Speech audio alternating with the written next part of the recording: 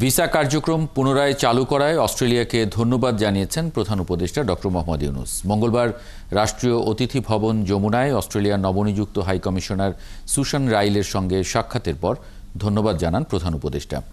এ সময় তার অন্তর্বর্তী সরকারের চলমান সংস্কার উদ্যোগ, নির্বাচন প্রস্তুতি, দ্বিপাক্ষিক বাণিজ্যের সম্প্রসারণ এবং রোহিঙ্গা সংকট নিয়ে আলোচনা করেন। এ সময় প্রধান উপদেষ্টা বলেন, একটি বিশৃঙ্খল সময়ের পর দেশ গুরুত্বপূর্ণ পরিবর্তনের মধ্য দিয়ে যাচ্ছে। সংস্কার ও রাজনৈতিক রূপান্তরের বিষয়েও কথা বলেন প্রধান উপদেষ্টা। উৎসবমুখর পরিবেশে আগামী নির্বাচন অনুষ্ঠিত হবে বলে জানিয়েছেন প্রধান উপদেষ্টা। নির্বাচনী সহায়তা নিয়ে হাইকমিশনার রাইল জানান, অস্ট্রেলিয়া ইউএনডিপির মাধ্যমে বাংলাদেশে নির্বাচন কমিশনের প্রাতিষ্ঠানিক, কারিগরি ও পরিচালনাগত সক্ষমতা বৃদ্ধিতে 20 লাখ অস্ট্রেলিয়ান ডলার সহায়তা দিবে।